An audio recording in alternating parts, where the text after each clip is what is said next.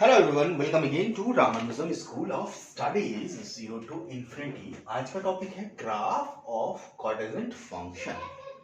अभी तक हम लोगों ने साइन का ग्राफ देख लिया, कॉस का ग्राफ देख लिया, टेन का ग्राफ देख लिया, सेक का ग्राफ देख लिया, कॉसेक का देख लिया, और ये जो है लास्ट होता है ट्रिग्नोमेट्रिक फंक्शन में, मतलब ट्रिग्नोमेट्रिक रेशियो का जो ग्राफ है, दैट इज कॉटेजेंट फंक्शन। तो जैसा कि हम लोगों ने स्टेप्स देखा था कि सबसे पहले हम लोग फंक्शन का इन्वेस्टिगेशन करते हैं, फंक्शन है किस टाइप का, उसको डिफाइन करते हैं, डोमेन को डिफाइन करते हैं, रेंज को डिफाइन करते हैं। After that we draw the graph. Same procedure अभी हम लोग करेंगे। सो फंक्शन जो है हमारा यहाँ पे F X, so this is equal to cot x and cot x is defined as reciprocal of tan x. Actually ये रेसिप्रोकल ऑफ tan x के हिसाब से डिफाइन नहीं होता है। cot x is defined as base of a right angle divided by perpendicular। Definition ये है और ऑटोमेटिकली ये रेसिप्रोकल ऑफ tan x हो जाता है। ठीक है, दूसरा ये तो हो गया हमारा डेफिनेशन। दूसरा, जब ये डिफाइन होगा तो tan x, ध्यान से देखेंगे, can not be equal to 0। और tan x 0 कहां होता है? tan x 0 होता है n पाई पे।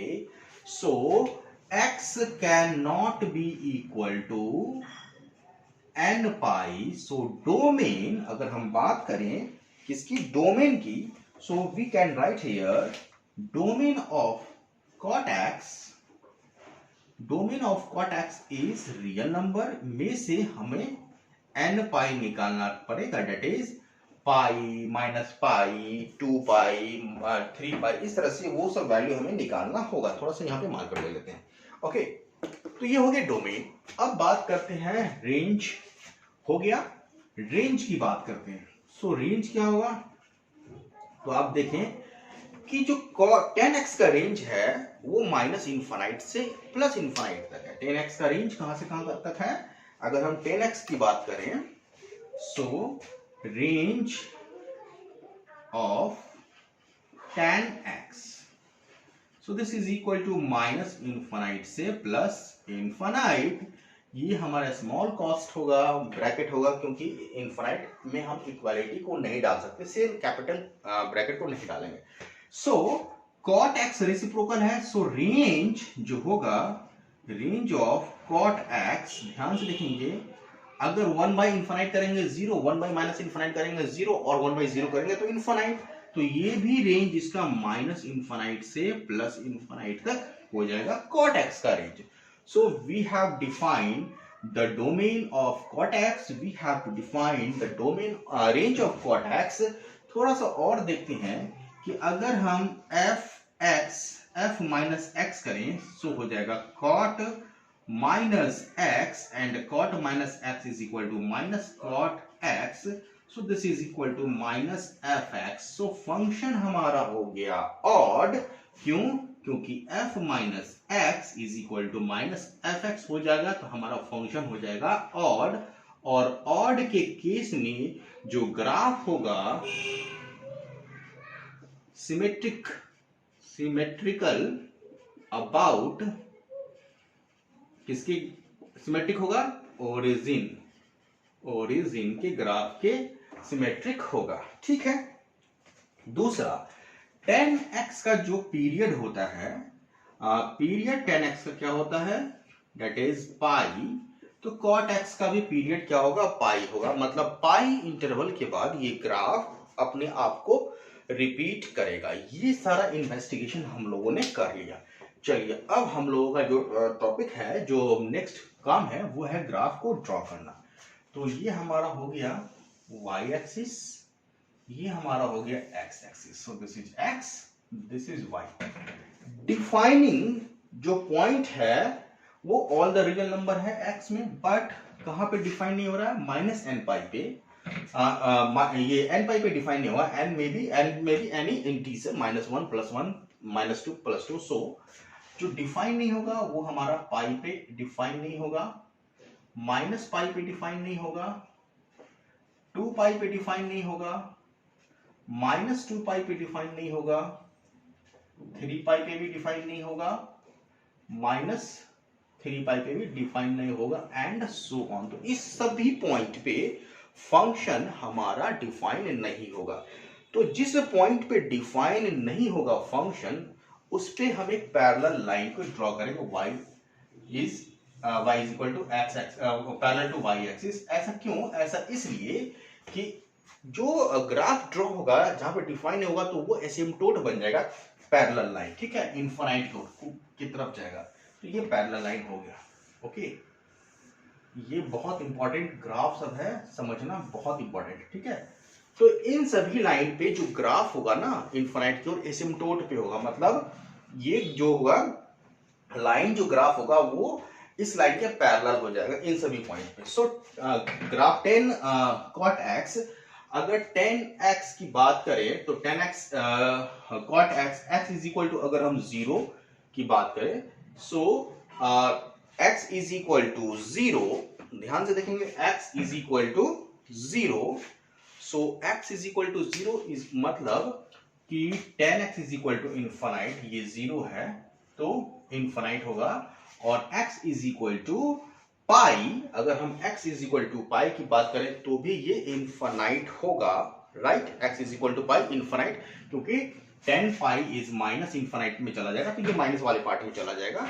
देखिए 1 ओवर 10 0, तो ये 1 बाई इनफाइनाइट हो जाएगा, 1 बाई 0, सो प्लस इनफाइनाइट में चला जाएगा, और 1 by 10 pi is minus 10 pi minus में चला जाएगा ये, सो दिस इज 1 ओवर 0, तो ये माइनस इनफाइनाइट में चला जाएगा, क्योंकि 10 पाई जो पाई वाला पार्ट होता है वो माइनस में होता है, मतलब पाई से पाई बाई 2 से अधिक जाएंगे, सेकंड क्वाड्रेंट में जाएंगे तो 10x का हमारा जो वैल्यू होगा वो नेगेटिव होता है।